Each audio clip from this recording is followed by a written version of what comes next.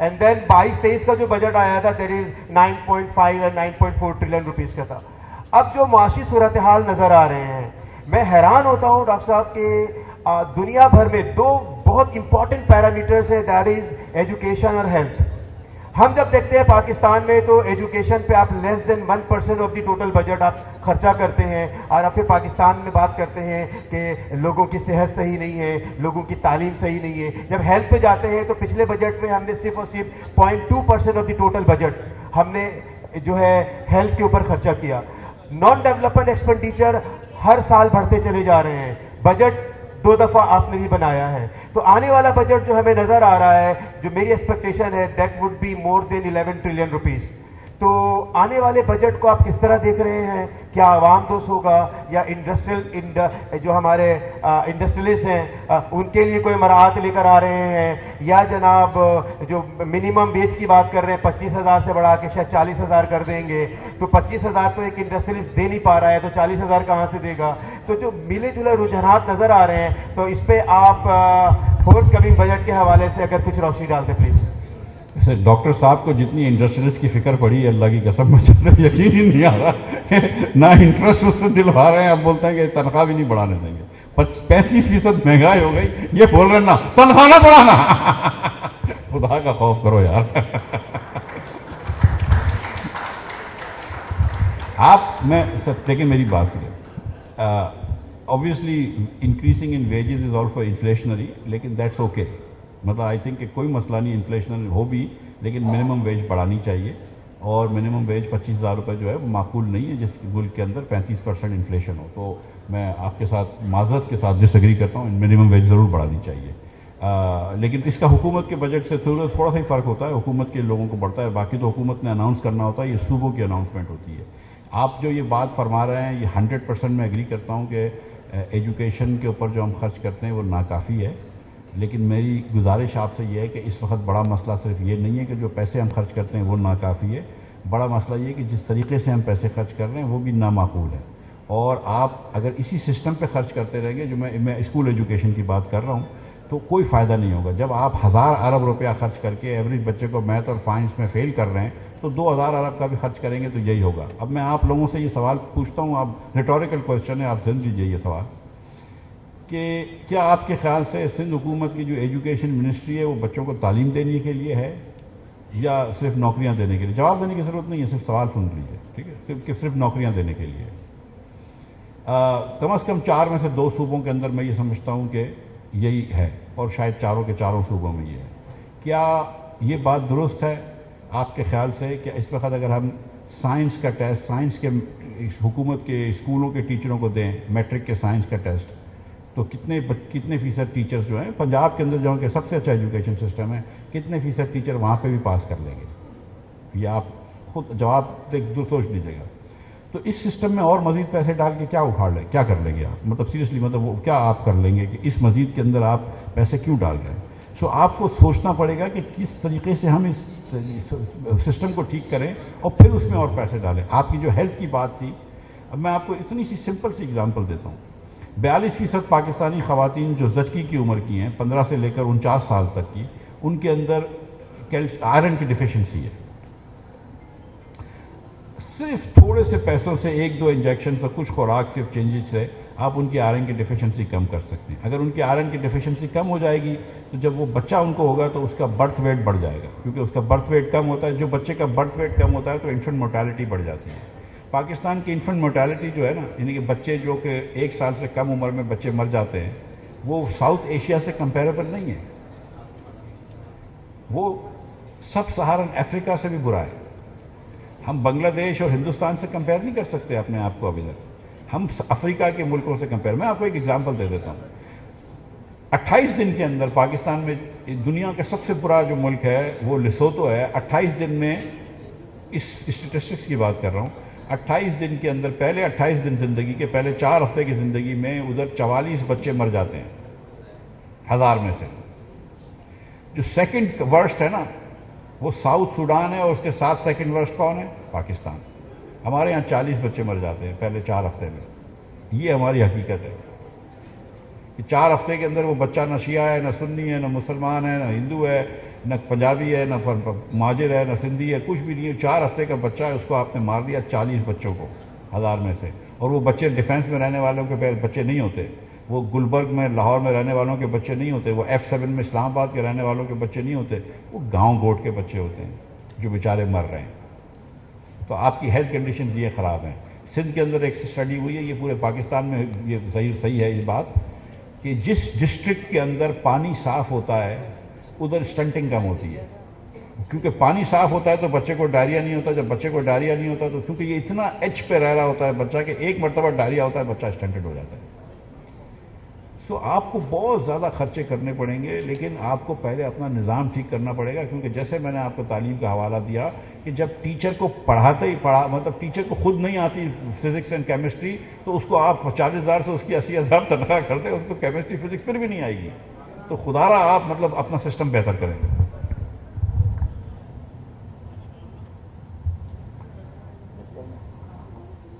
Sir, and let me open the forum for the question answer session, and I would request to the audience, please, don't raise any questions that would be the non-political and non-religious questions. Okay, and then I would request you to kindly introduce your name, your organization, and your designation. And third one, that is the questions should be very brief. Please.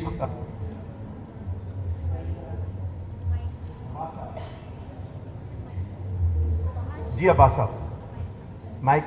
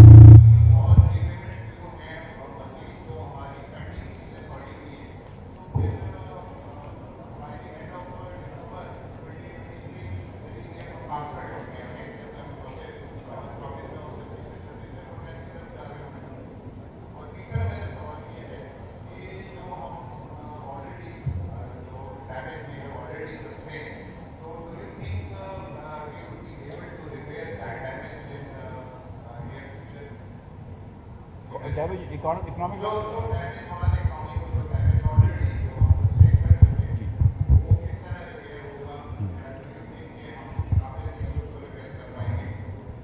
آپ نے جو پہلا فرمایا کہ یہ system کو کون ٹھیک کرے گا، تو سسٹم کو ہم ہی ٹھیک کریں گے اور تو کوئی نہیں آئے گا ٹھیک کرنے. اور ہم سے مراد یہ ہے کہ میں یہ سمجھتا ہوں، اور ہم یہ جو ری امیجننگ پاکستان کا ایک پلیٹ فارم بھی ہے اس پہ بھی یہ بات کرتے ہیں کہ پاکستان کے تمام اسٹیک ہولڈر، جس میں سیاسی لیڈران، عسکری قیادت، کیونکہ ان کا بہت بڑا انگریس اور پالیٹکس میں ہے، بہت بڑا ان کا ہاتھ ہے پالیٹکس میں، جو جج صاحبان، کیونکہ ان کی بھی اب سیاسی فیصلے، ان کے بھی فیصلے کافی سیاست پہ اثر رکھتے ہیں. یہ بھی میں کثرت نفسی سے کام لے رہا ہوں، لیکن اور بیوروکریسی، میڈیا، اور یہ جو پاکستان کے جو امیر ترین لوگ ہیں جن کا بھی اور بڑا سیاست میں اثر ہوتا ہے، ان سب کو ایک کانفرنس کرنی پڑے گی، ان کو بیٹھنا پڑے گا اور ان کو سوچنا پڑے گا کہ یہ جو سمت ہم لے کر چل رہے ہیں پاکستان کی، یہ درست نہیں ہے اور ہم کو کچھ چینج کرنا پڑے گا. کیونکہ آپ اس طرح چلتے رہے تو یہی بہت برا حال ہو گیا ہے. اور میں سمجھتا ہوں کہ جب یہ کرائسس مزید ڈیپن ہوگا، اور میرے خیال سے ہوگا،